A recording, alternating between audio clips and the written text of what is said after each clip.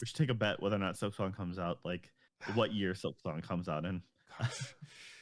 Oh man, I would say you can either take this year or never, or you can take 26 to 2030. Yeah, Okay, it's gonna be on it's gonna be on the next generation platforms. There you go. PS6 launch title. oh, oh man, oh man, that would be so funny.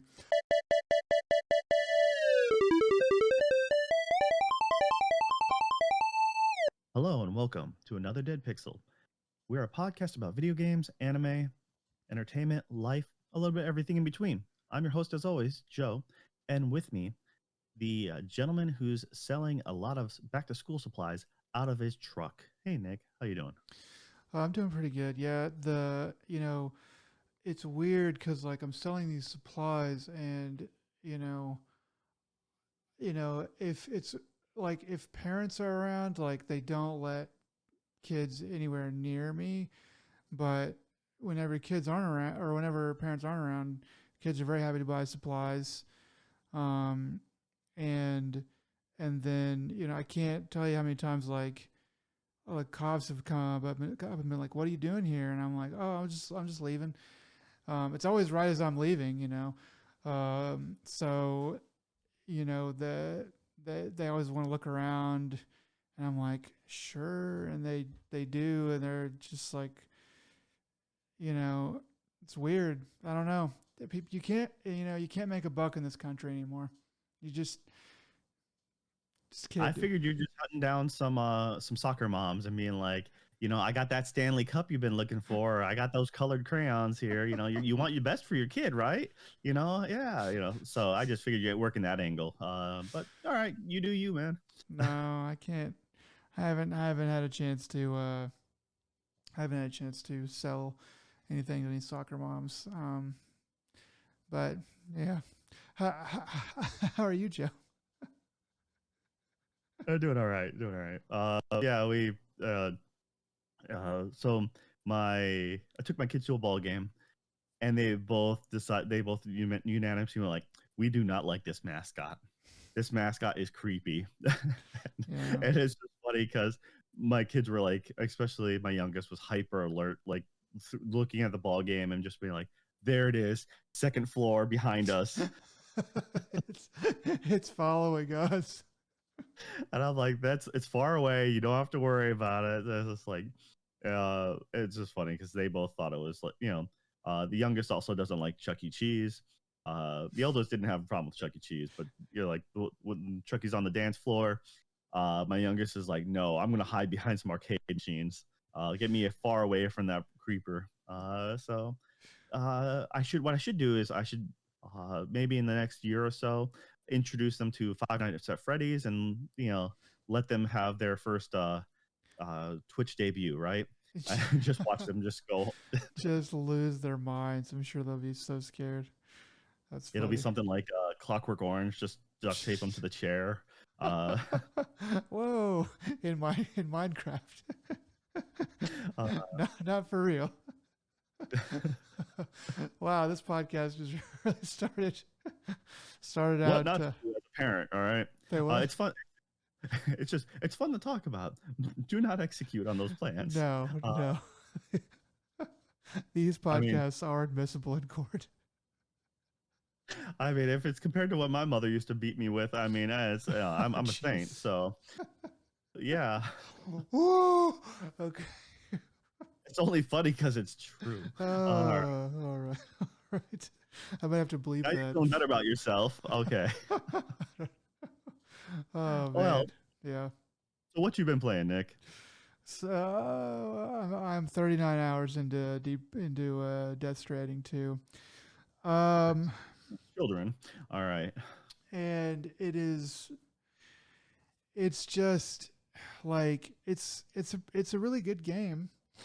I think that it's I've never played one of those like trucking simulator games, but it's pretty much just a fancy futuristic weird world version of that from I mean, I'm sure that there's a lot of different complicated things that Trucking Simulator is. So I don't want to compare it too much, but but like, last time I talked about this game, I don't think I had the I forget even what it's called, but basically it's a big truck vehicle that can carry a lot of cargo. I don't think I had that for very long, and now I have played the game a lot more, and it's kind of just turned into using that truck to drive around, and because it's the most convenient way to transport a lot of material. So it's like you have like 5 different locations with a bunch of parcels, with 5 different parcels or more, and you just leave them in the back of the truck and go do your thing. And then as the game kind of makes you get back there, you're like, what do I even have for this? Oh yeah, I've got this, this, and this. Sometimes there's fragile cargo, so you kind of have to take it straight there, because if you don't, you never know when you're going to. I mean, it's not likely, but but playing the game long enough, you're gonna have a kerfuffle in the truck, and it's gonna bounce, or you're gonna get shot at or something like that, and it's gonna do damage. So like all the truck stuff is pretty all right. It's pretty good. But I think that the game is really best when you're on foot. But I don't ever want to be on foot because that's like the slowest way to do it. So like the game, I'm at least halfway through like the main story. If I am looking at if what I am seeing with the indicators is correct, and my interpretation of it is correct, then I believe I'm either half or over halfway through, probably a little over halfway through the game, and like the main story. So like I kind of was expecting a lot more of like, okay, here's the truck, you can use it for these things, but then we're going to have certain points where you have to get out of the truck and walk through, like up a mountain through the jungle, like where the truck literally cannot go. But they haven't really done that. I don't think they're going to do that. And so it's not bad. It's just getting a little bit samey. That and like, 40 hours in, like I have done a lot of non-main storyline work. So that's the other kind of point I want to make here is that this game, for better and for worse, is really good at just just kind of being like, here's the next thing to do. Here's the next thing to do. Here's the next thing to do. But most of the time, that is not the main story. Most of the time, the game is giving you, it's like you get to the thing that you're supposed to do on the main story, and then you might have a new order, and you'll go to like the next place, or the next place will be kind of close someplace that you have something for, so you'll go do that, and then you'll see this, and you'll see this, and it's sort of that open world problem of like, ooh, I'm going to go do that just real quick, and then you're down this rabbit hole of like side quests. So there's something in the game, I'm not sure if this is in the first one, but in the game, you can restore roads. So obviously you can drive the truck over, rough terrain and stuff like that, but it's slower and it's more dangerous for the cargo. So I was just like, I'm going to I feel like just restoring some roads for a while. So I spent like a good, I don't know, probably 10 hours restoring roads before I was just like, what am I doing with my life? But because like every place that you restore a road is a place that you kind of have already done the main storyline. You don't need to go there again, really. I mean, you kind of will, but not like like constantly and consistently. So I'm like restoring these roads, and even that, even that's fun. But I'm just like, I've been doing this for 10 hours, and I'm having fun, but I kind of want to be done with this game at some point. And so I was like, okay, I gotta just leave. I just gotta take the cargo and just be like, just store it somewhere, and or just carry it with me until I get back to wherever I'm going, and just stop picking up like random orders and just start doing like the main storyline orders. And so I've started to do that again. um, and it's so it's a game that like that is it's good. Respects your time is what I'm hearing. I'm hearing it respects your time, and it sounds all the hallmarks of your favorite games, like Tears of the Kingdom, because you're like, you seem to you seem to like these infinite games that you never finish. Now I remember the first game, you can build roads, and it was like, yeah, I'm doing this road, I'm just spending all this time road working, and I'm like, and the rain comes in, and now it's damaging the roads. And you're like, mother of anything, so So I it's just think the so they fix that in this one. At least the roads get repaired like a lot easier, and they take forever to fall apart or whatever. So do they do the like the online network stuff? 'Cause I remember part of the reason why like you'd want to build a road or something like that would be you can kind of, because the games were kind of networked together, and so you'd be getting like thumbs up or props from yes, other players. And I forgot it. I don't remember if it actually gave you anything other than just like virtual kudos. Um, that is I pretty much can't it, I remember. It's think. been so long. Yeah. Yeah, I Okay. mean, like I have like 180,000 likes or whatever, from a lot from roads. Just as you get further in the game, you just place things, and so the networking stuff is pretty interesting. It is like on the cusp of being annoying. They do a really good job because it's like there, and people plant signs and stuff, and that was really annoying at first, but I kind of got used to it, and I kind of made it a mini game, like as I'm driving as fast as I can to hit the like button as I go through a sign. I was expecting you to say just to hit the sign, just take it down. It's like, there it is. I'm just gonna knock it Well, down. they're like virtual signs, so you see them and you can drive through them and stuff. But like so, kind of made that into a mini game, so that kind of became fun. And it's just it's good. Like it's I like like does it respect your time? I think it does. I think that it just does a very good job of being like, well, why don't you go over here, and like, why don't you do this? And it's just a matter of you being like, no, I'm not going to do that right now. So I'm not like over leveled or anything, but I have a good amount of gear. So I don't. So I also feel like I can probably go through the rest of the game just mainlining the story and probably not get in a weird spot where my gear is not at the right like level and stuff like that. But yeah, so it's I don't know, like I think that I probably have, if I mainline it, I probably have like at least 10, probably more like 15 hours of this game left. Um and yeah, it's good. I think I have a rating for it, but I don't want to say it just yet. I'll probably I'll probably talk about it again later. Even if I give up on the game and just like just stop playing it, I do think I've settled on a rating.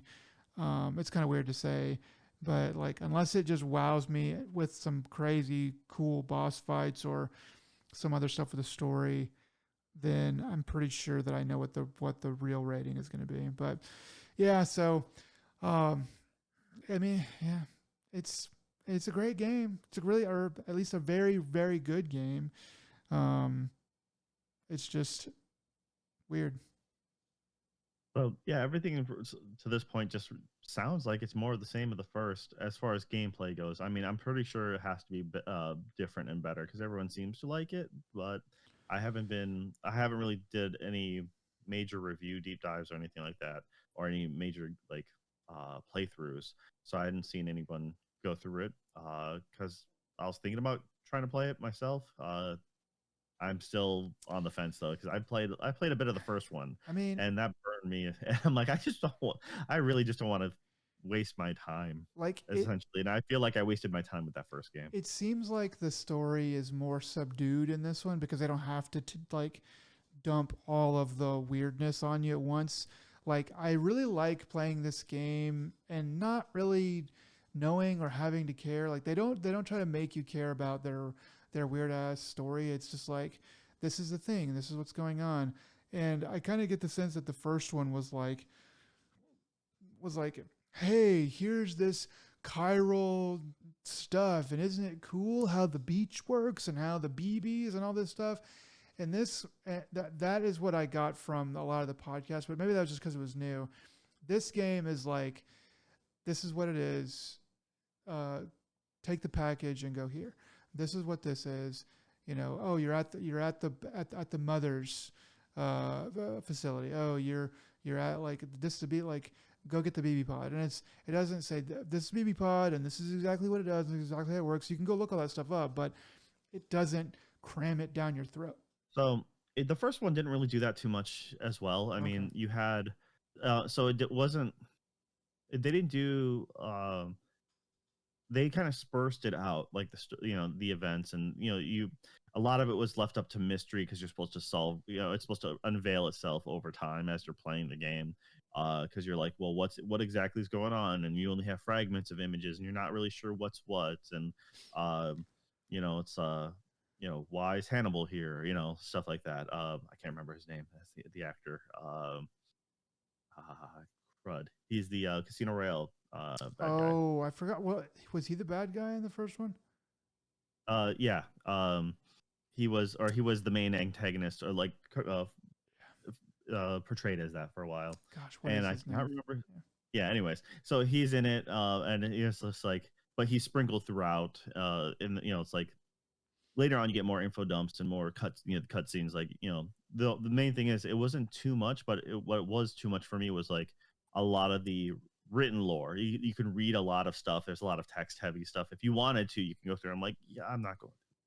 I tried to, and I'm like, no, this is just it's too boring. There's a lot. I mean, even this game, there's quite a bit of Yeah, and reading that's that you but it's could very much do. just it's yeah. I mean, and that's the thing is, I also agree with you because I remember motorcycles were my cup of tea in the first game, Mm. because I'm like, I'm just going to go ahead and try to go up a hill that I'm not really supposed to go up to, like this rocky hillside, and kind of treat it like a Skyrim horse, But and later on, I think with other updates, they made it easier to use cannons and stuff like that to launch packages.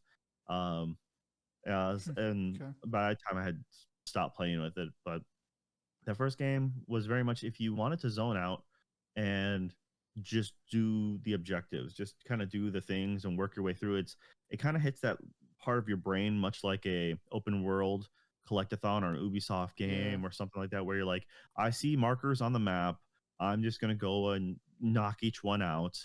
Or like playing just like any, I don't know, sucker punch game or something like that, where like, okay, I can see the main missions over here, but I'm just going to do all these side quests to get myself OP essentially, and just do collect all the things needed to do to upgrade myself. That's kind of, and then I'm just going to turn my brain off, just kind of do autopilot, and uh, those games are usually great for podcasts. And I kind of that's kind of what I remember doing with the first Death Stranding. Like I ended up listening to a lot of other stuff while I remember playing the Tetris game of how high can I make this backpack. I'm leaning forward going up this hill, so I just can't stop, or else I'm going to roll myself backwards like a turtle, and then it's going to roll all the way down the packages. I'm like, crap. So yeah, it's that level of Jenga. Be like, how high can I actually make this and still make it work like reasonably? And like, you got it perfect, and all of a sudden, next thing then there's an enemy encounter. You're like, dang it, Yeah, I mean, So like that part was fun. if this game like linked to Make your Spotify, own fun. say what? I said, you just make your own fun in the game. Essentially, is what it is. You just make it. Yeah, You I do mean it. it's a good sandbox that they kind of like let you plan for stuff like that. But if this game linked to Spotify, and then whenever you went into combat, it would just like pause your podcast and you would, fight or whatever, or pause whatever music or whatever in Spotify, and then once you killed everybody, it would like automatically turn back on. I feel like that would be a really useful thing because it's because a lot of the game, if you let it, will is kind of a good, like, you need a second screen, or you could kind of handle, it's just sort of kind of mindless tasks. But yeah, it's a good game. Yeah. The 360 had it right when you could, because you're able to rip CDs to it, and then you were able to play your music while playing other games. I remember playing whatever soundtrack or music I wanted to while playing Gears of War and playing like any racing game at the time. It was really nice to have that overlay feature, and it's one of those things that it's a shame that it's not around anymore, because it's actually kind of a neat concept. But yeah, all right. I'm curious if I want to see you finish this story, because Yeah. watching. I remember when they had the trailer for it, and we're like, this is asinine. Where he's just like, yes, he's gonna have a electric guitar that shoots I electricity. I am 99% sure that I am literally about to get into that scene. Like, I'm going to a warehouse. That scene was in a warehouse. Those bad guys are kind of camping around outside. I didn't have time to get into it, but I drove over there and I was like, oh, okay, yeah, this is what's going to happen. So I'm excited to see that, because that was one of the scenes where I was like, okay, this game does look pretty.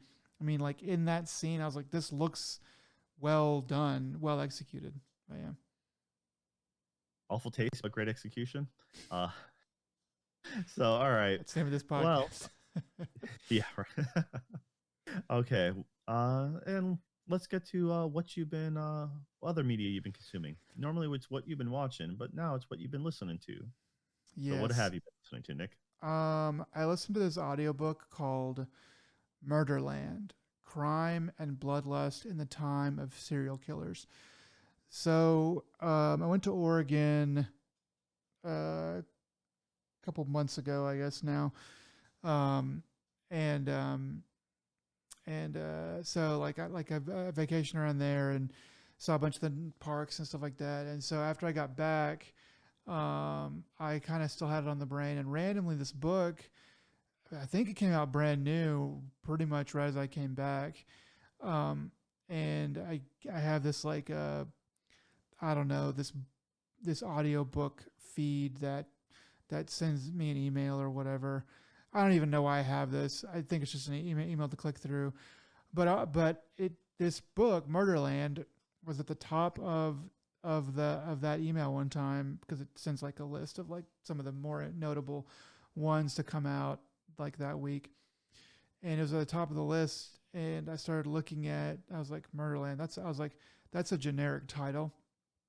But I looked at it a little more, and I I read the summary or whatever that said that it was about uh, the the northwest part of the United States, Oregon and Washington. And so like I was like, okay, well I was just there, so I'm still kind of in my mind, and I was still kind of interested in it. So I read a little bit more, and basically it was like there are a interesting number of serial killers that have come out of the northwestern part of the United States. So mostly Washington, a lot in Oregon, and even a couple in Northern California. For example, like the Zodiac Killer was in Northern California, along with some others.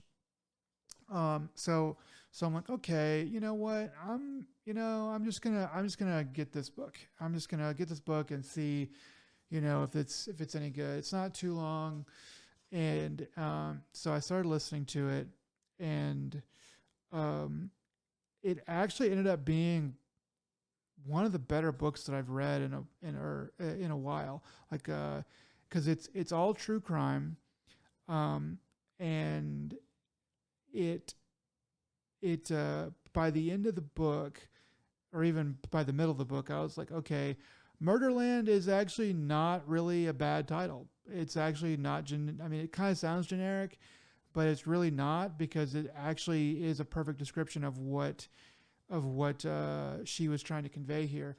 So, without getting into spoilers or whatever, um, like the author talks about how she likes maps and how she creates maps of things. So like she takes points of data and puts them on, existing, maps and other points of data and puts them on maps and then puts them over each other and sees like what it like like what she can see essentially. And um basically she draws this she kind of draws this story or kind of connects the dots on a lot of the murderers that came out of that area and the amount of arsenic, lead, and other poisonous metals that were being smelted and then sprayed into the local area. And she has a really compelling argument for the rise in violence in like the 70s and 80s, and how I mean that's not really like the main part of her book, but she kind of was like, so we had this like massive rise in violence right at the time when all the people who would be super exposed to all these metals and stuff would be of age to basically be going crazy from it, essentially. Anyway, so that part was interesting. She runs through a lot of this of the different serial killers. The person who's on the cover is Ted Bundy, and she goes through.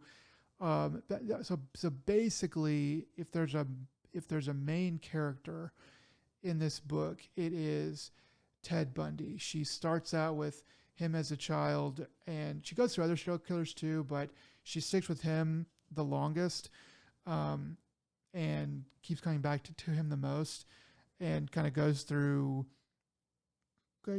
making chronologically what he did when, and all this stuff, and it was really really well told. I highly recommend this book if you're into true crime really at all.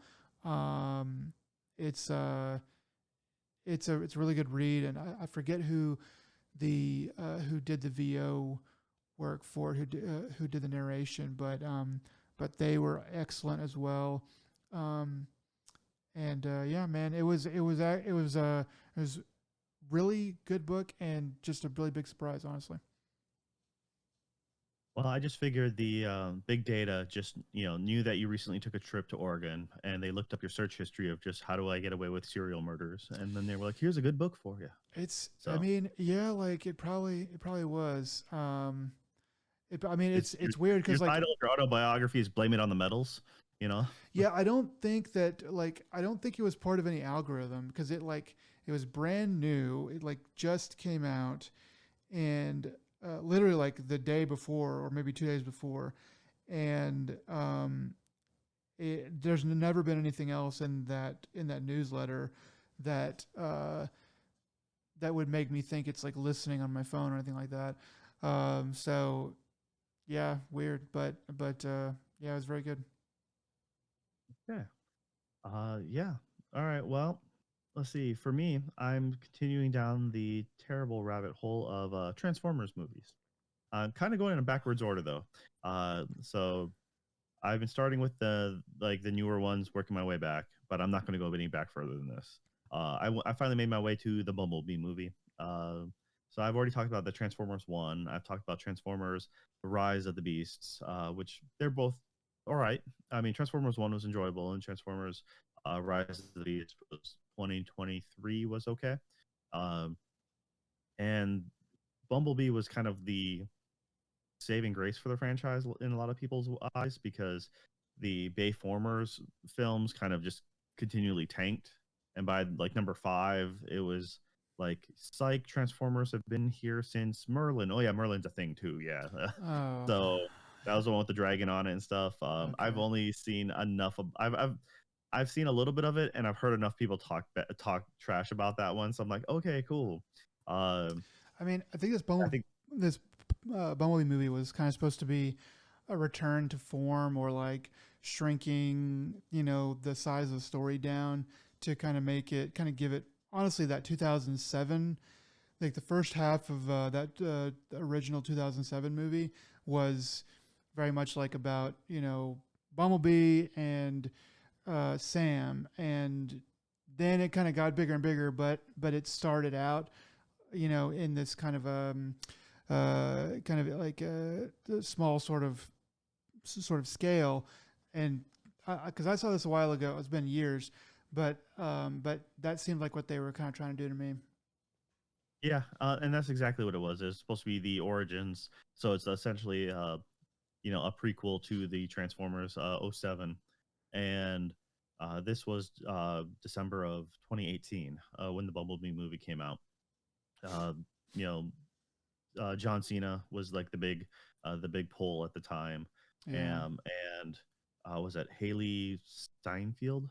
She's in a lot of stuff now, she was and in Sinners Sinners. that you just saw. Yeah, Yep. yeah. So yeah, the anyways, this it's essentially, it's interesting to see. The way they did it was pretty okay. There's a lot of weird stuff in this. That's like, okay, this doesn't make sense, but just roll with it. And this is one of those. It is most definitely lighthearted enough, or at least it doesn't.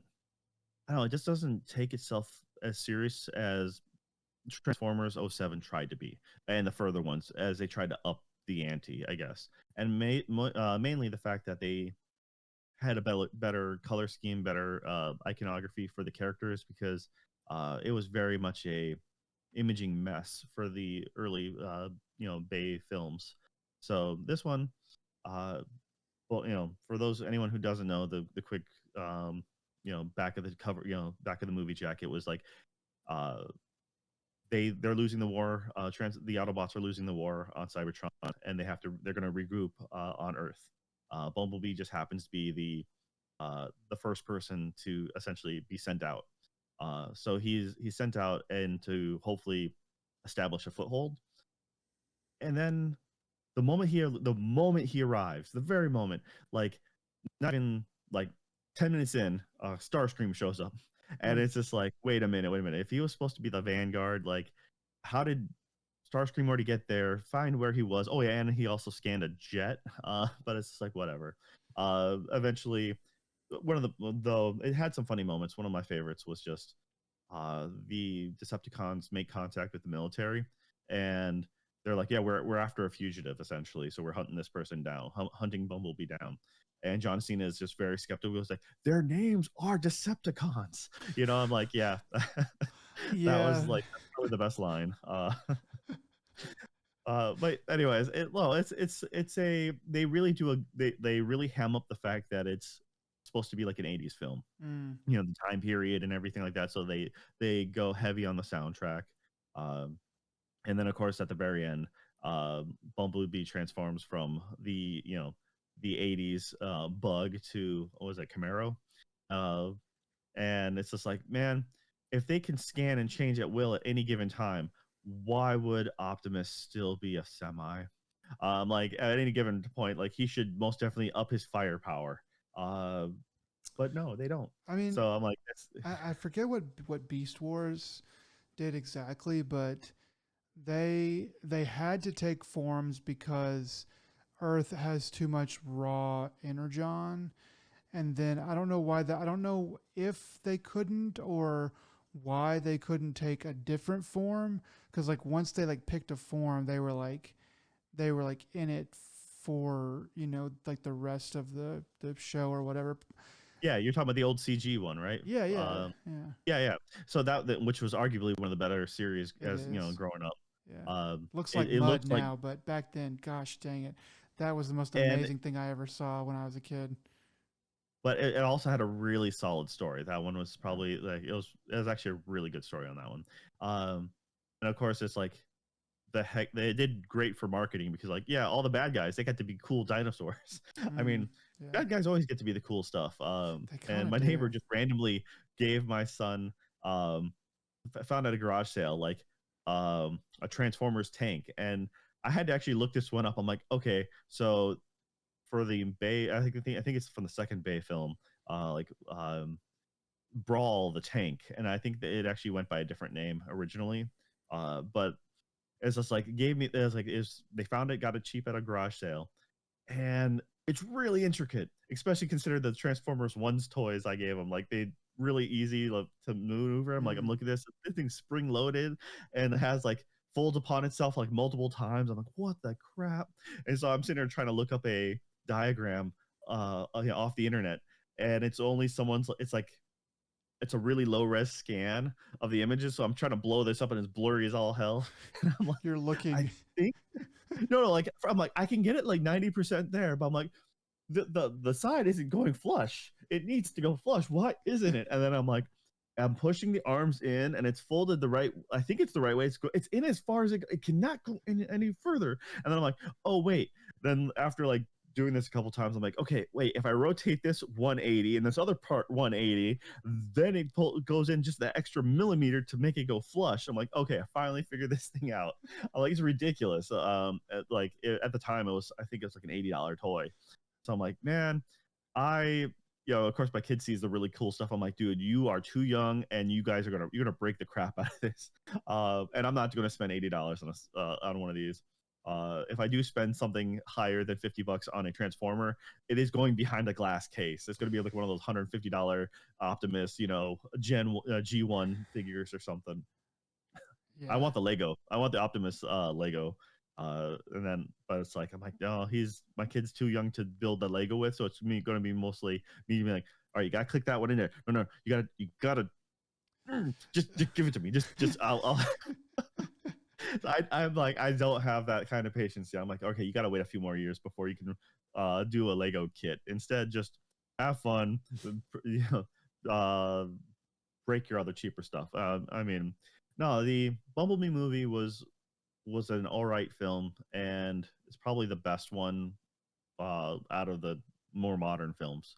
I liked it better than Transformers '07 has a certain charm to it, um, but also had a lot of stupid stuff behind it, and I can never get behind the design of or just the design of the Transformers in general because it was supposed to be all too many machine parts, not enough colors.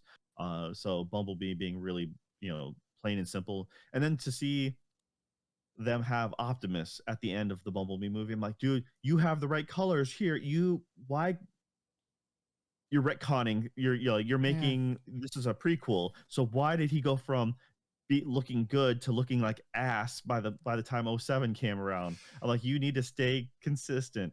But the Make toys it wouldn't look like it. make it look like ass. Why? Yeah, it's like of course they tried making him look cool because he had a flame paint job in the '07 one. Yeah. Yeah. Anyways, it was just one of those things that was a pleasant surprise because I had given up on Transformers, the Michael Bay stuff after the third one. Yeah. Like I only saw the third one only because it was at like a dollar theater overseas, or it was like a really cheap movie theater overseas. And like, all right, sure. Like we were all drunk and we're like, let's go watch this. Mm. It was this tiny town in the middle of nowhere, Korea, and we're like, yeah, let's just watch this thing. And I had Alan Tudyk. I think that was the other kicker. Like, okay, Alan Tudyk's in here. I'm like, I like him. I will watch this. And he plays that butler or something like that who has a really he tries to speak Russian a couple times really badly. Okay. Uh, Dang. yeah, I don't remember. I really only remember the first one. Um, yeah, that's. I remember I some remember scenes when you in saw. I remember when you in trailers. Japan, you saw the fourth one, and I'm like, why are you going? They're like, I Yeah. like them. I'm like, I could Yeah. not support you on that one. I think I just wanted to go home. I think I just wanted to go back to America at that point. Um, yeah, they like it's easy to kind of you know talk bad about the Transformers design in the '07 and really the next several, um, but like I don't know, I, I like I'm sure people were saying that immediately after the movie came out because people always say everything. But at the time, it really was not that big of a deal. It was kind of something like we were just kind of like, whoa, that's this. They looked really good just um in terms of just like CG and stuff like that. But and at the time they were trying to go for like really complex, oh, look at all that we can do.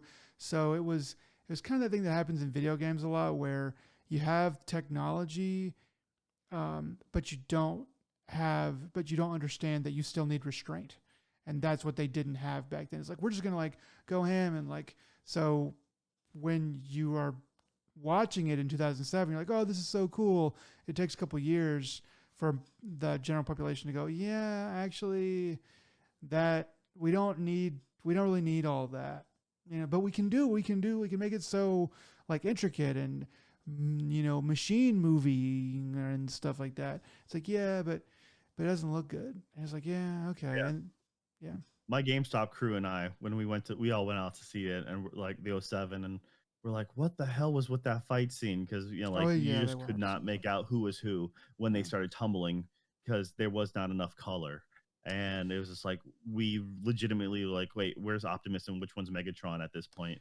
Because like Because when they were up close and they were trying, it was cool there's like one of the cool concept, but bad execution on like that one. like one of the like the worst offender in my mind was like between, I think it was like Ironhide, who was a very dark colored robot, and then one of the Decepticons was also very dark to maybe like a slightly lighter gray, you know, and they were transforming and they were the same color and they were spinning around in the air, and I was like, I do not know who is I do not know who is who.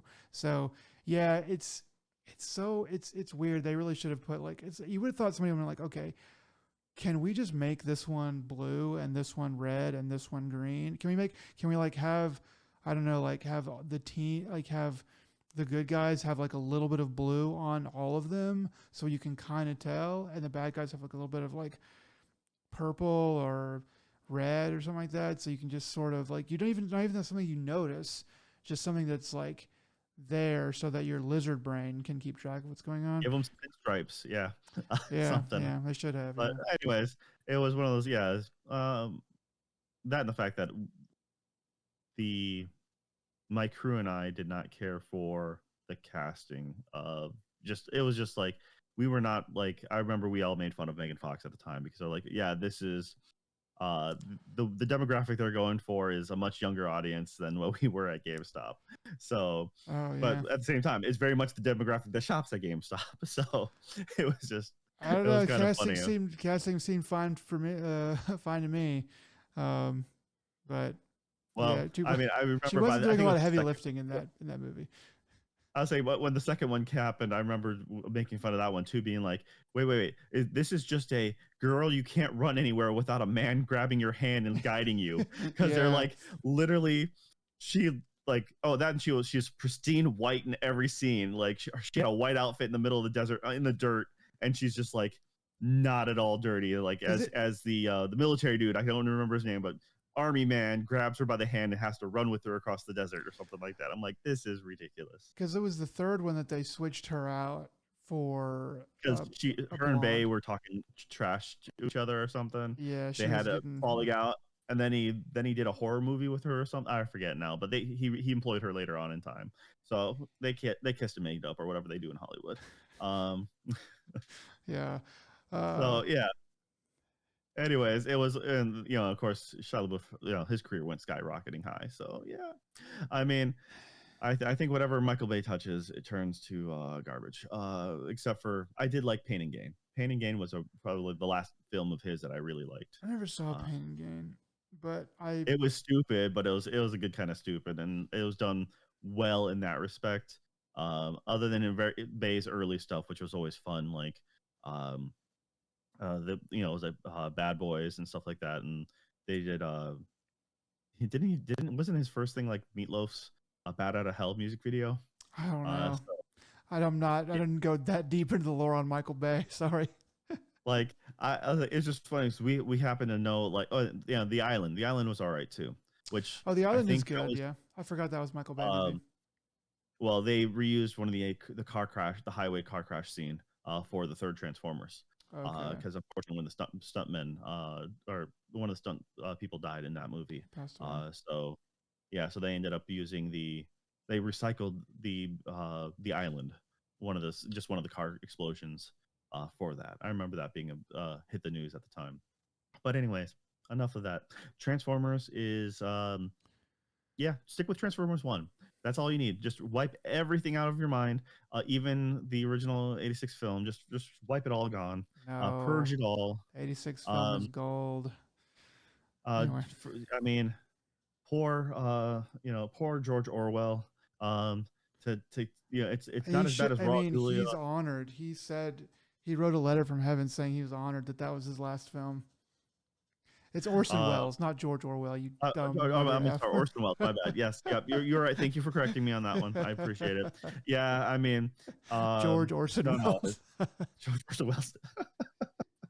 There you go. There's the title for you. But anyways, no, Transformers is especially now that Amazon Prime has a channel that's just shotgun blast random episodes at any given time of Transformers, the cartoons Yeah. throughout. And you know how hard it is to explain to a small child why the next episode is different completely. I'm like, no, no, dude, you got to realize there's different series. It's like Optimus isn't always the same type of truck, and he looks different sometimes. And Megatron is sometimes different. Yes, Megatron can fly in this one. I don't know why he can fly because this is like mid episode of a season. I don't know, you know. So Just let the child enjoy the thing before you make him watch the diner, the the diner video on it.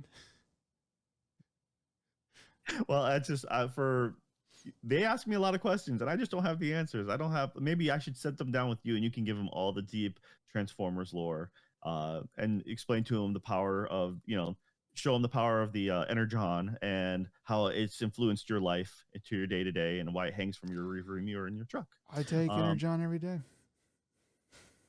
all right. Well, now we're gonna do a quick anime rundown.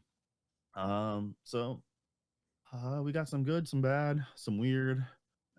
So here, My Dress Up Darling, season 2. I've been uh I was late to the watching on this one until recently. I finished the manga. The manga series is complete. And it's great. I highly recommend the manga. Uh Now the anime season 2 is really solid. But one of the things you'll notice quite up front is the animation is actually different. Um, it's like it almost felt overly animated, and I'm like, it's weird to say that because there's a lot more motion, and it's like they added more frames to it. And it's really weird for a while, and I couldn't put my finger on it until like episode 2, maybe 3, and I'm like, you're CG to hell is what you are.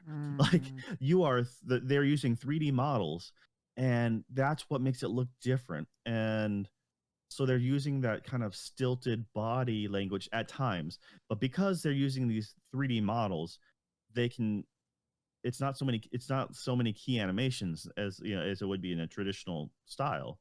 um and therefore they can do a lot more frames, and it's really weird. It's just like it's just really jarring, especially compared to the for what I remember of season 1. I don't remember anything like that in season 1 really sticking out like anything like that if they used the same style, which I don't think they did.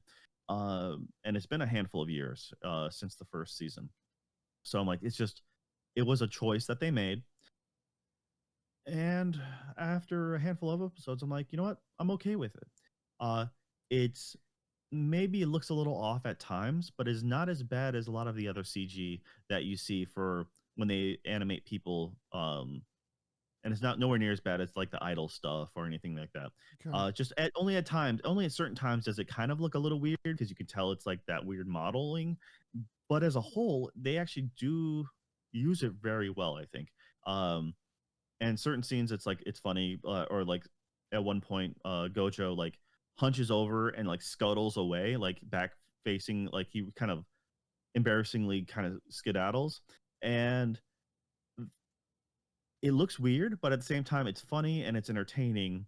Uh, just because you can see more of that animation, and I'm like, all right, this is. I think it's because it's done well, or I think they put enough effort into it. It works. It was one of those things that I thought at first maybe the quality would drop off after the first episode, but the quality's been maintained so far. And as far as the actual story goes, and this, the the story's going just fine. The comedy's there. It's following all the beats to the manga pretty well. Um, so in fact, that was it was kind of funny because I had watched a couple episodes, and I skipped a week, and then my wife and I caught up, and we're like, wait, where did we leave off? Because we both finished the manga, and so we both had a hard time start with like remembering where the anime left off. But they were Mm, doing a really good job following pace. I honestly think if they keep it up, they should be able to finish. Um, I think they'll finish the manga uh, with season two. okay. I mean, so they'll come to the complete story, and I think that'll be it, and then that'll be fine. That'll be perfect. If anything, they might stop just beforehand, and then you can make the final bit like a OVA, or I don't think you'd make it a movie, but you can just make it a special at the end. But I think if they do it right, they should just be able to finish it the whole series up, um, and yeah, that'll be nice. That'll be nice to have a full story done in a couple seasons. No cliffhangers, no nothing like that. It's not that often that you actually get to have a complete story in an anime. Usually, it's like, and this story arc is done, but then it continues on in the manga. So, I would like to see it all finished by season two. All right. I think that's for the best. Yeah, just like 1 or 2 seasons is, well, like 1 or 2 seasons is probably the sweet spot for most anime. I think you can. I think 3 to 5 is the sweet spot for TV shows. Though a lot of my favorite shows have like 7 seasons and stuff, but I think that's kind of the right size for that sort of story. Yeah, it depends on what they're going for. In this case, it's I think, and it depends on how many episodes a season, right? But I Yep. think 24 episodes is a good overall story to tell, is enough episodes to tell an anime. Um, and if it's just, especially when it comes to a rom com or something like that, uh, I don't think anything beyond 3 seasons. I think 3 seasons is probably the max in a lot of stuff, unless if you're just that good, but very few are. But yeah, uh, this next anime, season two of Cuckoo's Fiance is a weird one. Is the best way to put it. So the season one of this anime is the story is this kid is trying to become or he's trying to trying to become top student in his grade. He's studying really hard uh to beat the number one student who's a girl that he is, and when he does accomplish that, he's going to confess to her. That is the concept of this. And then his family happens to he's a bookworm, but his family is a bunch of Yankee uh like characters. Like the mom and dad are pretty rough, and they run a restaurant. And turns out he was switched at birth with this other person that so the boy was supposed to go to a rich family, and their daughter is technically the child for this restaurant family. I'm like, okay, wait a minute, you didn't know what gender your kid was? Like, yeah. So this whole Mm, thing is like dumb as hell. And then to boot, they're like, oh yeah, the parents talked. They're like, okay, we found out we found out that we have your kid. Well, obviously we've raised our kids for like the last whatever 16 years, 17 years. Um, so let's have our kids marry, because then we'll actually be family, no matter how you put it. And then it's like that's their goal of that story. Uh, and now that the main character is not actually blood related to his family, that means his sister's fair game too, which his sister has a crush on him. So yay, it's a harem situation where he is mm. now engaged to somebody. He has a girl he likes, and his sister digs him. That was season one. So season two is Nick, how do you improve a harem situation? with Uh, yeah, more with more females. Spot on. Spoken like a true expert that you are. So they involve a missing childhood friend that he apparently confessed to, Oh, who has gone since elementary school, comes back at the end of high school just to confess to him, and now she's now the fourth player in this.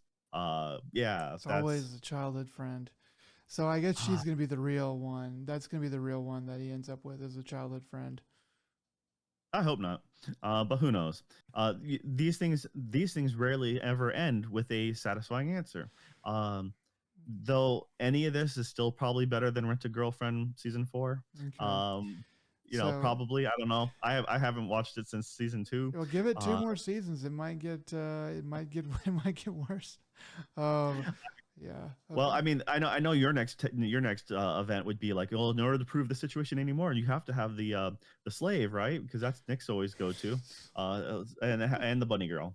But One of those things is this true. isn't. Anime is pretty terrible, and yet we still watch it. Yes.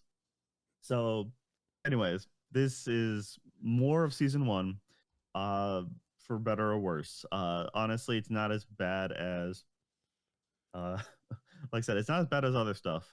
But if you like season 1, watch season 2. If not, then just skip it. All right. This next one. Uh, Now this is one that I think was meant for you, because you're the resident horror movie buff, Mm, uh, and you're also a cat fiend. You like cats. Um, I don't Now hate cats like you, but you are a cat. No, no. I'm allergic to them, so I have a so you predisposition to have a hating. reason to hate Uh, them. They yes, started yes. it. If they weren't, they literally make me sick, um, to my core. I No, talked to some anyways, cats and this they is said that you make them sick.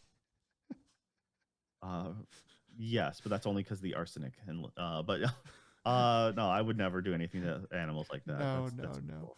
cool. Um, But yeah, okay. this anime called Nyaight, of the Living Cats. Oh, Um, and so nya being the yeah. meow sound that Yes. Japanese cats make. Yes. And the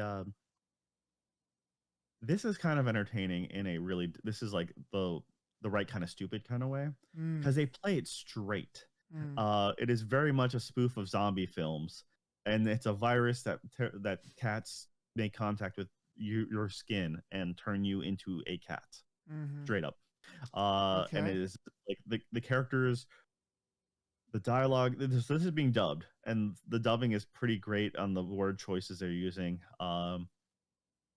And it's just so stupid. It really is. It's really like, but it's just being played very much a straight horror film as cats, and so they're like, all the main protagonists are complaining about how cute these guys are, and like is like how they can't touch them.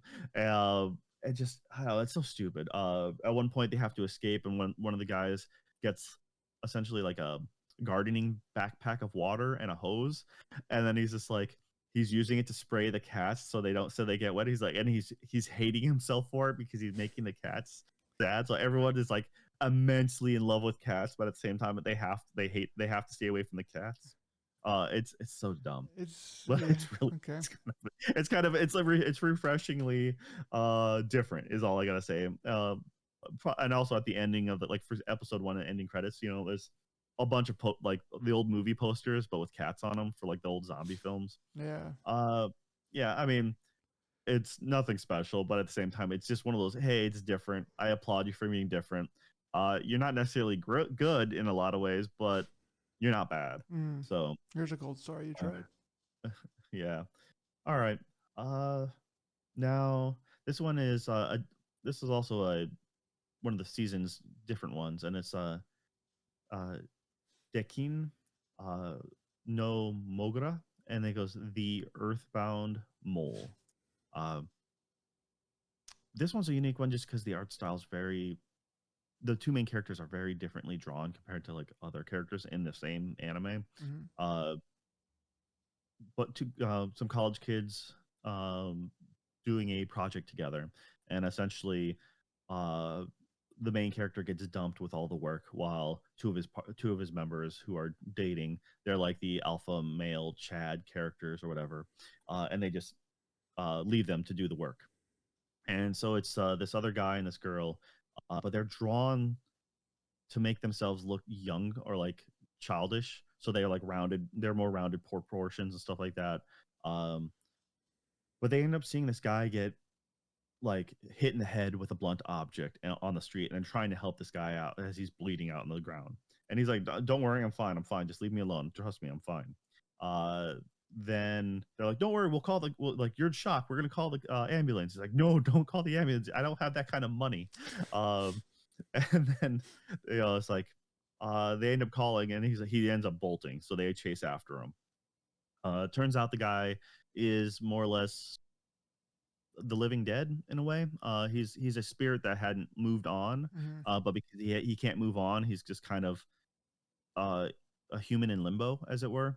And so he's trying. And then because they interacted with him, they now have the sight kind of to see ghosts, because now they're aware of it. It's like and he uses the example of like like you when you lose your keys and you don't notice what's right in front of you, and it's not until you look everywhere then you realize that they were right in there in front of you the entire time.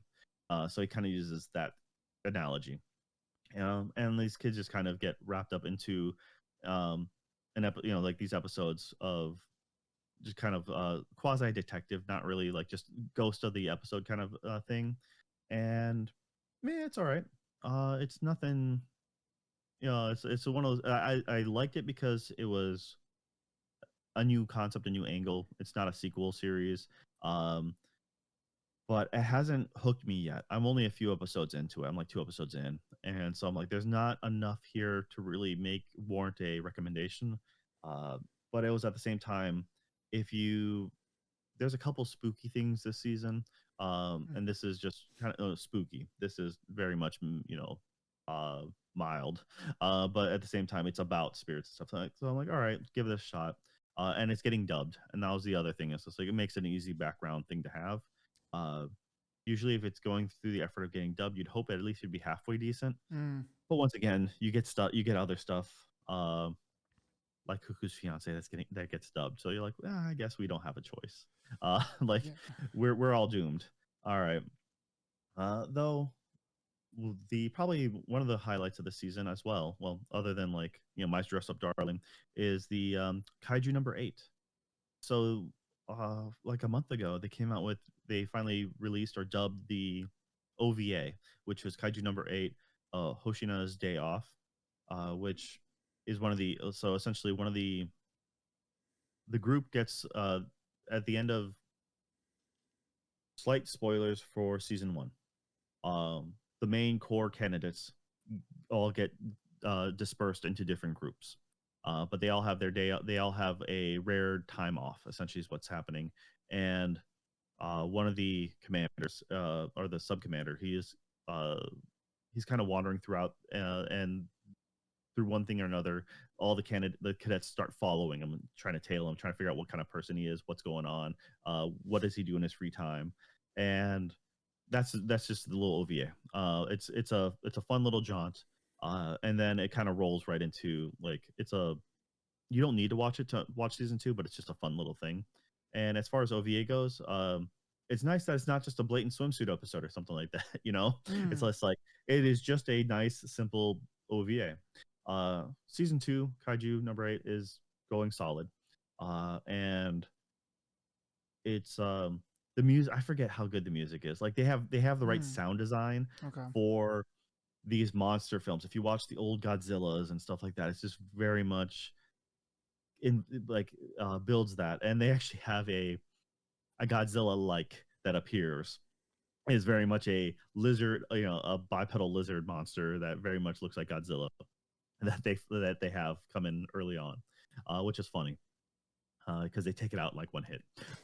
But anyways, they just amp up more of what was already at season 1. So if you liked season 1, this seems to continue that and just move straight up. So I would recommend watching season 2. I am enjoying it. So yeah, Kaiju Nice. number 8. So a lot of the season, like there's quite a few season two stuff that is actually really good.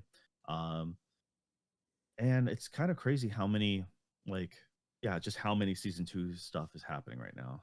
All right, why don't we get to the news? Tell us about it. What you got for us? Okay, so there was another Nintendo Direct. This was Nintendo Indie World Showcase, which I thought was better than the partner direct that they just did not too long ago.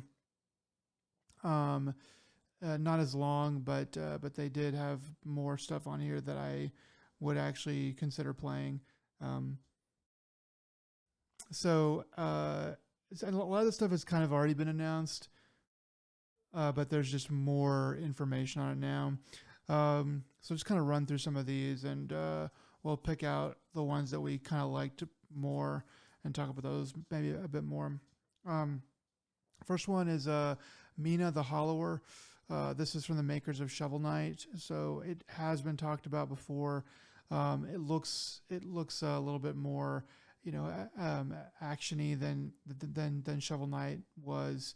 Um, you're kind of top down instead of purely 2D, and you're like a mouse that's like doing damage, and it's all that kind of pixel art and stuff like that. So this one we've seen before, just showing a little bit more, saying, "Hey, we're still here," but it looks pretty interesting at least.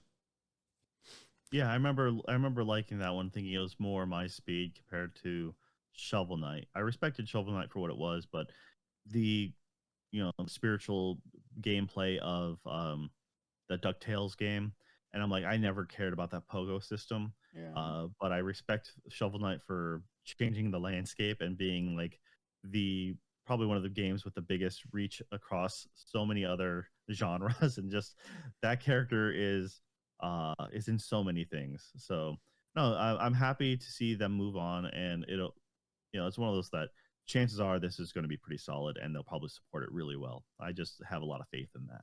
Yeah, this game is because I missed Shovel Knight. I kind of always wanted to play it. It was like never on sale. It was never on like a. It was just never quite right. And also, every time I would really look at the videos and trailers for it and stuff, I was like, I don't really know if this game is really for me. But this Mina the Hollower, um, I'm not 100% sure I'm going to pick it up, but it definitely has my interest a lot more than some other games. You should check out the demo. I believe it's out, so Okay. I would recommend that. I would, but that would require me to actually dust off my Switch and probably charge it. So Okay. that's probably not gonna happen. Well, then yeah, I don't know. No, we'll I'll see play it what when it happens. gets to PC. I So was gonna say I might just wait for it to come on PlayStation or something like that, but we'll see. Next up, Well Dweller. You're a bird in a Metroidvania. Um, and I'm sure it has some other conceits and stuff like that. But like you're this bird, and you're kind of walking around. It's not like you're flying or anything. You're like walking around, and you're wearing these robes and this hat, and you get in fights and stuff like that. I There's more to this game, but I don't remember what it really was. So that's all you're gonna get from me. all right, yeah, it's we were talking about Metroidvanias earlier, and it's one of those like it really has to be done well, and this one has enough of the creepy smiles in it, so it's just like okay, they're going for that factor. Mm-hmm. um but I don't know if that quote unquote creepy factor is going to be enough of a selling point. uh Metroidvanias are not noted for being really like story heavy. uh if it does have a really interesting story, then I'd be more inclined. But once again, like you It's. know I mean, we were joking about the emission from this list yet again was the I was uh, saving that for the end, but okay. oh, okay. Okay. Well, we're talking about Metroidvania now, so Silk Song being Not even. everyone's most, yeah, wanted game, and I'm like, yeah, but I- it's very well executed. I never liked the art style. Yeah. I wasn't really into the minimalist bug characters, Mm-hmm. and if they just had that quality but put into something else, I would really think that'd be awesome. Um, so I feel like that maybe this kind of follows that same thing. It's like, well, if you're just gonna go with slightly creepy and it's still not gonna have enough like story, then I just don't know if it's enough to get me motivated to want to play that. Yeah, like the Metroidvanias are, I'm not really a game designer, so maybe I'm talking out of turn here, but it appears to me that they are among the easier kind of game to make. We've all played them before. You can make them without too much trouble. You can make them good without too much trouble, and then you kind of just have to spend some money on on the design and stuff like that of the characters, and kind of make it look good or whatever. So I feel like we just like like a lot of Metroidvanias. It's like this is good. This is a good game, but how much of it is the game and how much of it is the fact that it's just a competent Metroidvania, which is also kind of hard to not do competently. So I'm seeing, more, every time I see one of these games, I'm kind of like, yeah, Metroidvania. No, I don't really want to. I know what you're gonna do. I know what this game is gonna be. Too much, and it's hard to incorporate story in Metroidvanias because you're really not there for that, and it's just it just for some reason doesn't stick. It's just kind of awkward. Someone that can do it sometime will probably make a lot of money. But yeah, for now, Unfortunately, Ubisoft proved otherwise with the Prince of Persia game. Oh yeah. You know, Oh, so yeah. If somebody makes a good one, then they immediately just kill it. yeah, so they didn't really make bank by the end of the day, unfortunately, because they did kill it. But that was a great game, and it had a decent enough story, enough at least for a game like this. It was the appropriate level of difficulty. And that was always the Hollow Knight thing. It's like, oh, Hollow Knight, the Dark Souls of a Metroidvania game. I'm like, yeah, I get it, and it's dark and dreary and boring as hell, just like a Dark Souls game. And if there's enough lore in there, if you want to read enough wiki pages about it, but I don't. So that's why I couldn't really get behind like Hollow Knight. It's like if it one of my favorite of it's so old now, but I'm trying to remember, it was the is it Elysium Tale or something like that? Oh yeah, Elysian Tale or something like that. Elysian Tale, something like, yeah. So that one, like, it was well animated, great execution, though I think it might have been considered like a little on the easier side. You know, there's plenty of really good Metroidvanias out there. It's just a matter of picking an art style, sticking to it, uh, and in the case of Hollow Knight, yeah, it's they have enough fans to prove that they are worth it, and you have enough people foaming at the mouth, waiting for Silk Song, and I just laugh every time they get disappointed because it fuels me. With I don't know. It's you are probably more interested in that game than I am, but you're not. But you even aren't even like that head over heels for it. I'm actually being more entertained now by the fact that it's like dragging on and not coming out. I mean, it kind of got announced. I feel like even the announcement of like, hey, this game is real. This game is real and it's really coming out. Like, I feel like that was even kind of underwhelming. Like, I don't know. There's a lot of I'm if there's not some, I hate the hype machine, but I also understand that the hype machine means that the producers of the game believe in it, and that the people who stand to make money off of it believe in it. So with Silksong, I think that there needs to be a kickoff of the hype machine in earnest when it is like fully done and ready to come out and all that stuff. It needs that, because otherwise, with all of the kind of trickling along of like, well, it's this, and well, it's delayed, and well, it's this, and here's, okay, we have a date for it, or we have like, it's real, but we don't really have an actual date for it. At some point there needs to be a like, hey, it's a real date. It's a real game. Here's a long look at it. Maybe not super long, but like here's like a few minutes of like legit for real gameplay, and get excited. Now it's time to get excited. Um, Otherwise, it just makes me like, well, what are they hiding? What are they like? What are they worried about? Why is this game dragging on and not really showing very much and all this stuff? I don't know. Okay, so we can go on.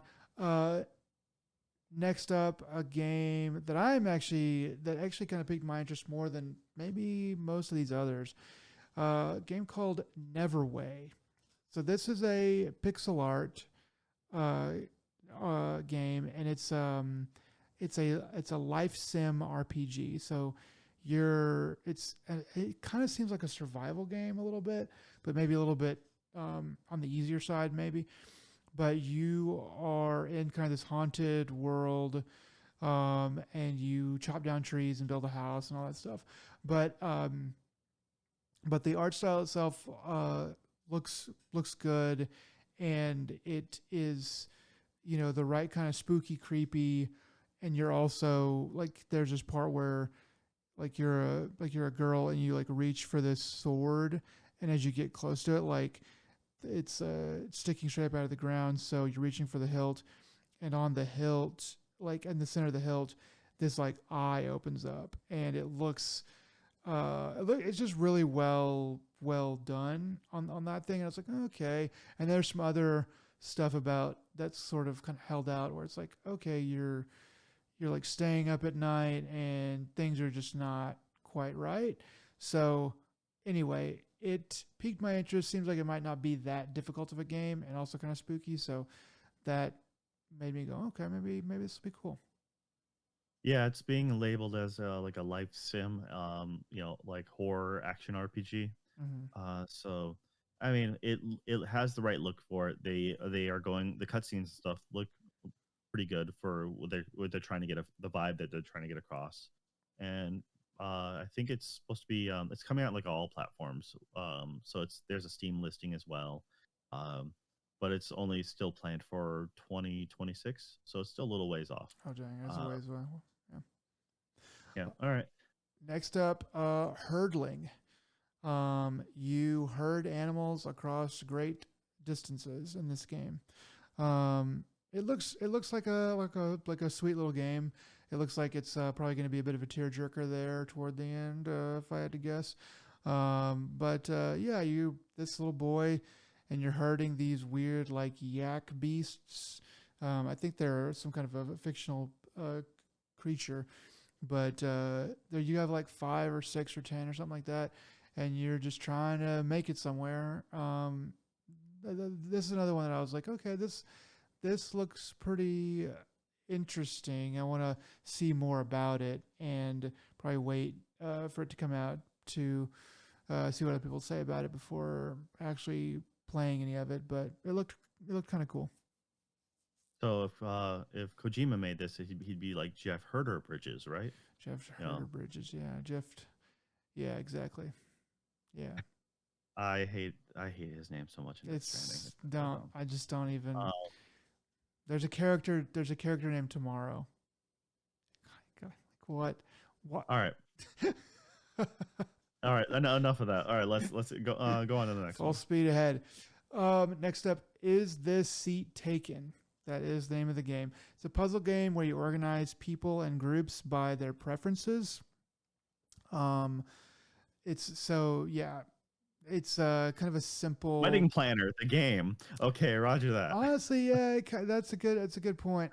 But it's like you're like at a diner or like at a club or like a restaurant or whatever, different places sort of where people gather, and it's like, oh, put them here. Oh, I don't like being in crowd. Like I don't like being the center of attention. And you move them off to like table on the side. Oh, I'm happy here.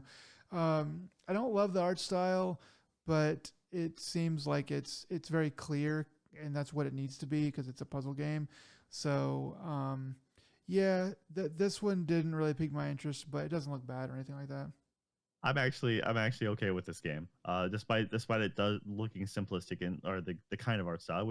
I do wish it was a little bit different, but I'm a fan of puzzle games, and I think this is this would scratch a weird itch like in my brain for something, something like this that maybe I didn't need, but I would spend way too much time on. Mm. And it'd be one of those games that like you couldn't like if it's difficult and stumps you, then you come back the next day and you knock it out of the park first try or something like that. Like Yeah, where you like I grind for like a decent four puzzle hours game. on one puzzle, and then you wake up in the morning and you go, "I'm gonna try one more time," and it freaking works for some reason. Yeah. Next up, Little Kitty Big City. I feel like this game is one that I heard about before. This is a cat life sim. Um, yeah, that's it.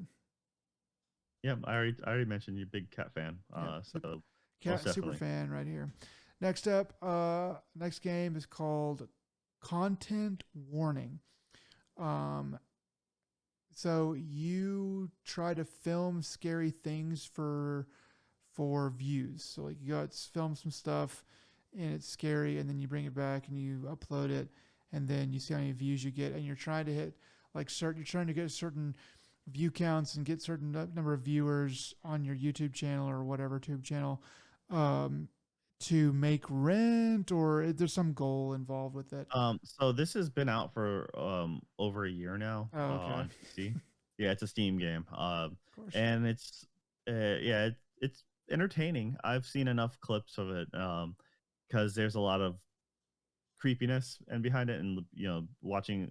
It's one of those playing together with friends and then Yeah. watching someone get murdered or monster devoured. Yeah. Uh, It seems like it's one a of lot those. of Go ahead. it's trying to figure out the puzzle in a lot of ways. It's kind of like that VR game you and I were playing for a while, and I'm forgetting my mind on that It's one. not Phasmophobia.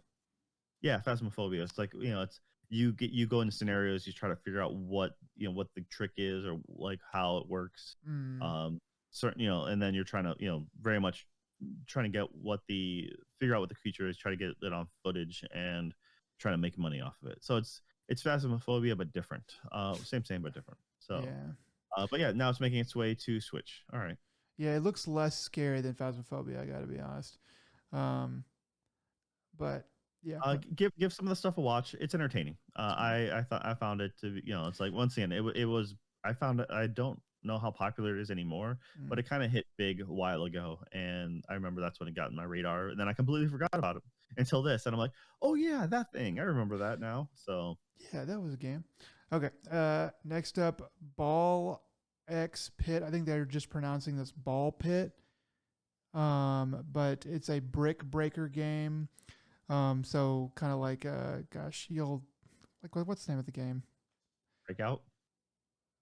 Breakout? Is that what it's called with the little dinosaur? Okay, I forgot. Oh wait, the dinosaur. No, the ball. Like I'm talking about the little bar that goes across, and you break No, this bricks. is what I'm thinking of is like where you're a little dinosaur, a little creature in the bottom, and you have this like wheel, and you shoot things that like Oh, Bubble Bobble.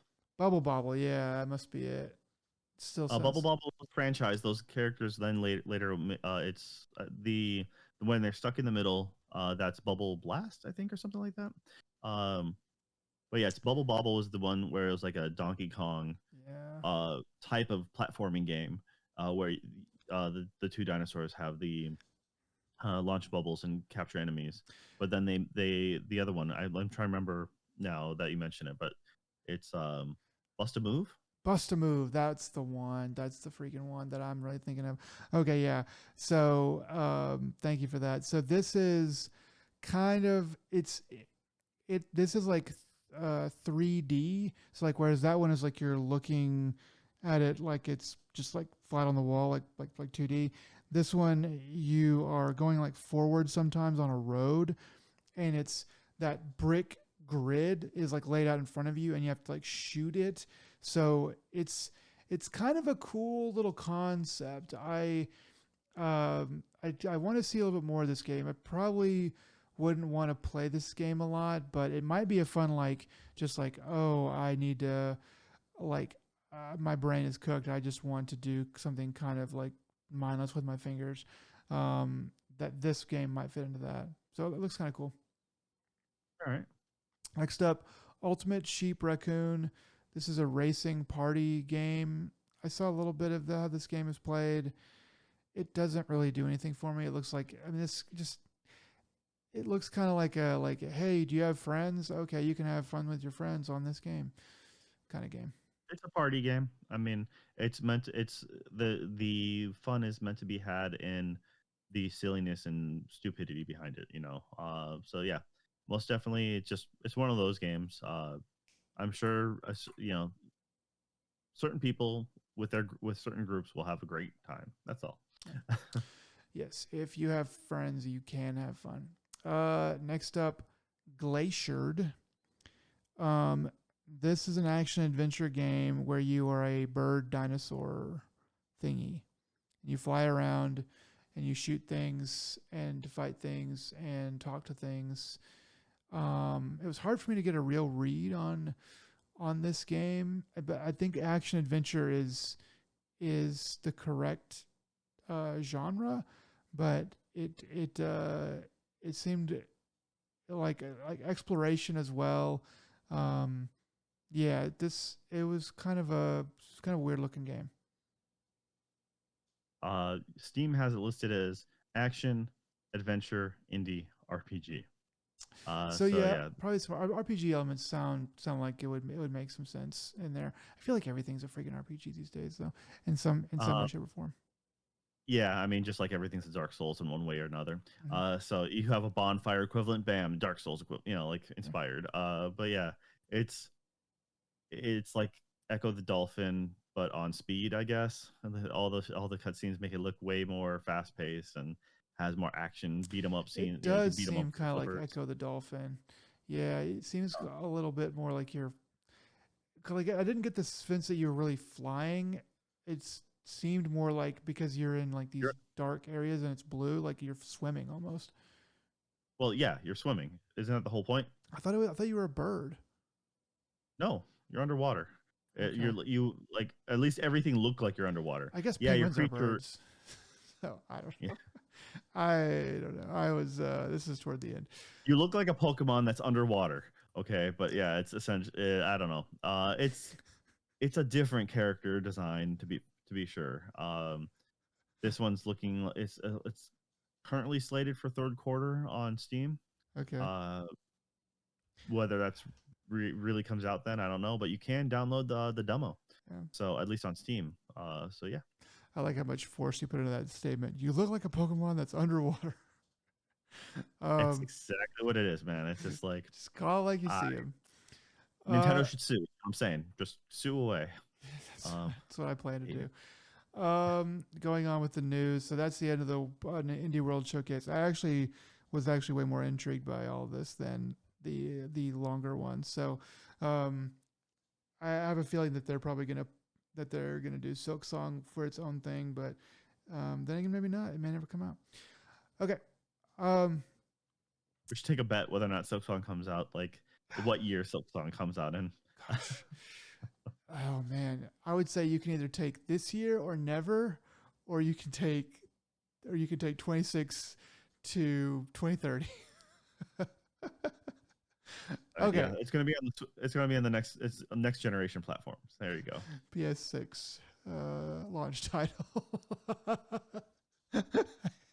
uh, oh man, oh man, that would be so funny. Okay. Now other news. So there was this game that Microsoft was working on called Contraband. It was supposed to be an open world co-op game from the developers of Just Cause. Um, now that I had seen this earlier, and now I'm like, okay, Just Cause, Contraband. Okay, I can kind of see how what they were sort of maybe going for. But this game was canceled. So kind of a lot of the news that I'm seeing around this is saying that it was canceled in the wake of kind of trying to link the layoffs to this cancellation. It's hard to know for sure. So this game was first mentioned or shown to the public in 2021, and then uh, some of the news I've been seeing is a little bit misleading. It's saying after working on it for 4 years, they've canceled the game. And then when I actually read the article, it was like, So they showed the game in 21, and then it kind of got shelved, and they didn't really work on it anymore. I was like, okay, well, then that's them not working on it for 4 years. That's just them working on it for maybe a couple years and then shelving it. So anyway, this was probably going to be, I mean, probably going to be a pretty, maybe not a huge game, but kind of a bigger game, I would think. And it's just sort of sad to see that they had canceled it, but it also kind of makes sense because Just Cause was getting really long in the tooth by the time, what was that third one came out. It was like, yeah, you guys, these are good games, but we're done. The joke has been made. It's over. I imagine that what Microsoft was seeing from this Contraband game was probably something along those lines.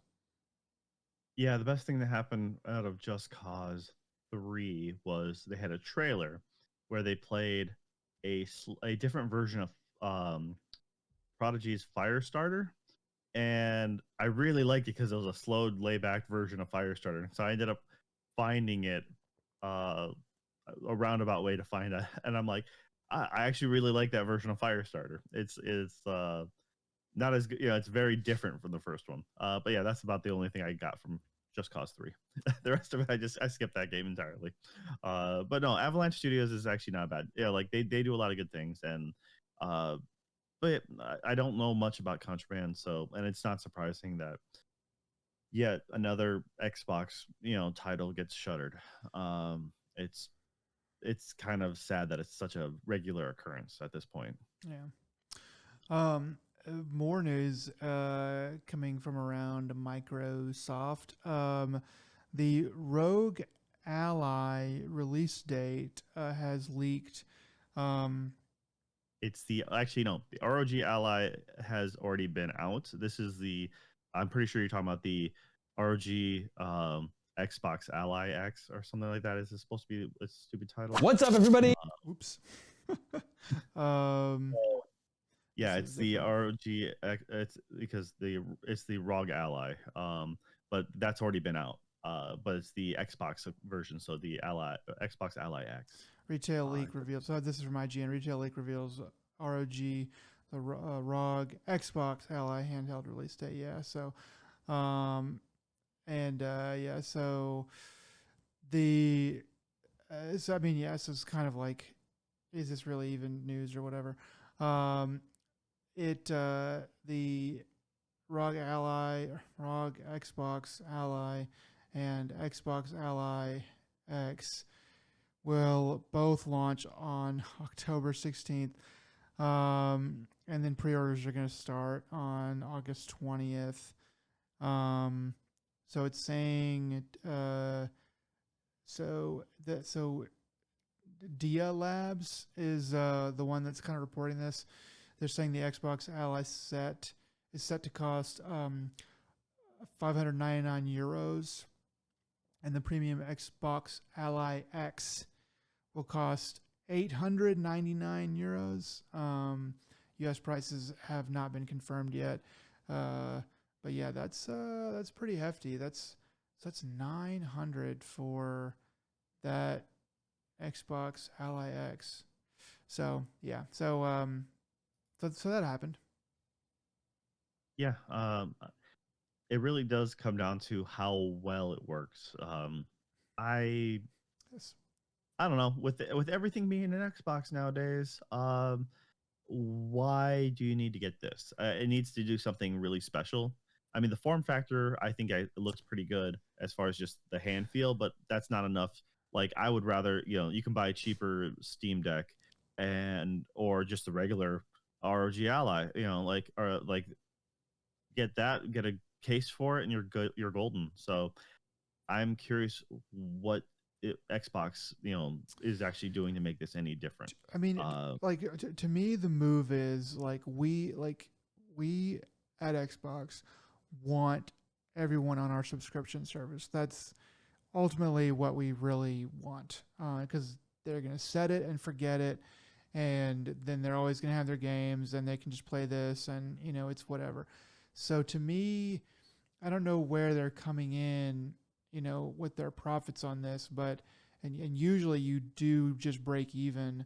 Um, at least in the old days you did. Now they don't really seem to want to break even on hardware. But to me, this is where you'd kind of want to do that, because you are competing with the Switch. You are competing with Steam. Switch doesn't really have Switch 2 at least doesn't have a big library, but Switch 1 does, and you can still play a lot of those games on it. Steam has a huge library, and a lot of people already have a huge library of games that they didn't pay very much for. So I'm like, 600 bucks, 600 euros. That's probably even be even more in dollars. Um, I if for a thing that I really kind of need a subscription service as well. To me, this should be different. To me, this should be somehow a, a steal of a deal in hardware, and come with a couple months or whatever of subscription or whatever. That's kind of how I would approach this if I was Microsoft, but they don't really seem to want to do that. Yeah, and they already rumored to cancel their proprietary handle that they were supposed to be doing, or at least that's the last I heard from the rumor. I don't know if it's changed or not. I think so. So they're like, yeah, well, this is good enough for what we need. Once again, why do we need this? Why do we need the Xbox Ally or the Xbox Ally X? Mm-hmm.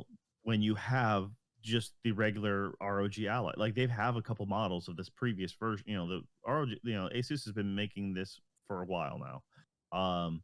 So other than the form factor, and there's going to be enough spec bump, but at the same time, it's like when you have, so the Switch is apples and oranges. Like the Switch is the Switch. You don't Yeah. really, it doesn't really compare. You have some of those universal games on both, but honestly, it's not. It's nothing to compare to. And of course, in theory, Xbox wants to get on the Switch too. Um, but at best, the Switch is more or less a Xbox Series S. In the grand scheme of things, so it can play in theory, a lot of I mean, things. yeah, I mean, like it's not going to compare like really in power, I'm sure, but like in terms of like a mobile library of games, you have a choice to make. Yeah, but the thing is, if anything can be an Xbox, and if you can make, you know, uh, like I said, why do you need this? And like that's the selling point. It's like, how is Xbox going to market this to make it appealing? It's just kind of weird, especially with that high of a price point. It just sounds absurd. Um, Yeah. so I don't know. I'm Yeah, not I really like holding my breath on this. I I'm don't kind think of they are. It seems like it's going to be like 650 in US, maybe 600 if they want to, do it. So it's weird, but it already existed, so maybe there's something that they're seeing, it's I it's hard to tell, and I don't think it'll be DOA, but I don't but if I had to say, what are we going to say about this in 6 months, I would bet that we were going to say it was a failure. Yeah. yeah, not surprising on that. I would most definitely bet on that side as well. All right. Okay. What else you got for us? Two more things. So RTA is a well-established charity speed running contest in Japan, and they have had Nintendo games there in the past, but and even showcased them. But they have decided to remove Nintendo games from their upcoming summer event. Um, and they're saying that this is because they suddenly received a warning from Nintendo about using games without permission. So I just wanted to include this story for you, Joe, so you could just kind of poop on Nintendo some more. Oh yeah, those guys are real nice guys. They It's literally an advertisement for your game. I mean, like thousands of people, maybe millions of people, whatever, maybe tens of people, maybe hundreds of people are going to watch these guys do speed runs on your games with your logo popping up, here and there. It's literally for charity. Nobody is stealing anything. Everyone's already paid for this, probably 10 times How dare over. they play that emulated version on a Emulated version. computer? And Yeah. yeah, Nintendo is just being a bunch of jerks. And their fans just still dish out money and just I mean, it makes no sense. what judge is going to look at your torrenting case and and then uh and then the lawyer's going to say, "Well, you let them play at the charity thing." Like, what judge is going to look at that and be like, "Are you serious?" Like, torrenting versus a charity speedrunning contests are completely different things. Like, one is literally not making any money and one is trying to steal, basically steal money. Once again, it's not that's not the case that they're making. The case that they're making is whatever Nintendo's lawyers BS comes up with, and it's not a common sense clear cut A and B thing. It's, do you want to deal with Nintendo's lawyers? The answer is no. Yeah. So then, you know what? Forget Nintendo. Move on to anyone else who wants to play ball. And yeah, Nintendo can shoot themselves in the foot, whatever. So yeah, no sympathy for Nintendo. Screw them. Sucks for the RTA, but something tells me they're going to find plenty other great games out there. Yeah, I'm sure they So will. Okay, last story that I don't know too much about, but I was hoping you could maybe talk about a little bit if you wanted to. Digital Foundry buys themselves from IGN. They are going independent. yeah, it's pretty awesome. A while ago, the IGN ended up incorporating uh, Digital Foundry. They hadn't really done a lot necessarily with them. There's been a couple crossover event interviews or where they've had each other talking on their prospective panels or something like that, or shows. And but as a whole, if you didn't know about it, you would just by watching their normal content podcast or something like that, you really wouldn't know anything about IGN being in the background. But yay, I mean, uh, Richard Ledbetter went ahead and made the moves, got a little assistance, but more or less was able to buy them out at like uh, at cost, or not at cost, well, full price essentially. But Okay. they didn't get a deal or anything like that. And no numbers were given, but it was, sounds like a substantial amount. Or if I'm kind of curious to see how they would be considered net worth wise.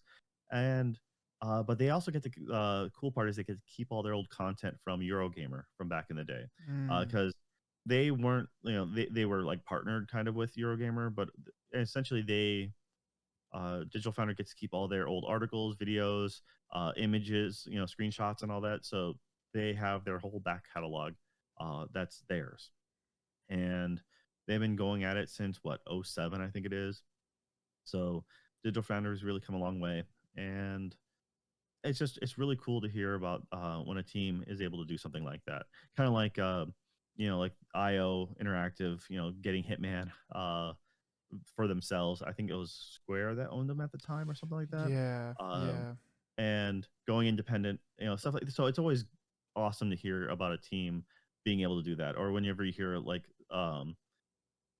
it's a filmmaker or another, any game developer being like, yeah, I bought my own thing back. Now it's mine. Now I can, if I want to make a sequel or want to do anything with it, it's mine to do with as I please. So yeah, it's a cool thing. They are still in early stages of what to do in the future. This means they're gonna have to expand in their team set. I know that they can now focus more on doing the retro gaming. What was it? They pretty much said their core tenants is PC gaming, console gaming, and the retro gaming. Um, but they've had a hard time uh, bringing the proposal to their different partners, like parent companies, to do more retro gaming stuff. When they do it, but it's not as frequently as they would like. But the numbers are there. So what they've said, they said it themselves, that there's that they it shows that a lot of people are interested. But for some reason, whenever they tried to talk to a parent company and be like, "Yeah, here's our proposal. We show that a lot of people are interested," and they're like, "You want to do old games? That's weird." Yeah, I mean There's a it really is good weird. it happened. It is weird, but it's like, but I think that that market is probably just going to grow. Like all markets, that market is just going to grow because there's a lot of really good old retro games, and especially like those those old janky PlayStation games and Dreamcast games that like a lot of people just never freaking played. They have a special kind of charm to them. Like I watch a little bit of YouTube stuff on old games that like they look pretty much like mud, and they don't really play all that well, but it's interesting to like hear about them and see how they worked.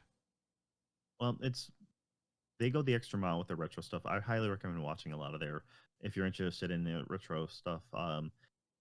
If they ever compare a game off of multiple consoles, they make sure to to get footage from like authentic machines, not just emulation or anything like that. They actually want to capture the appropriate from the appropriate hardware.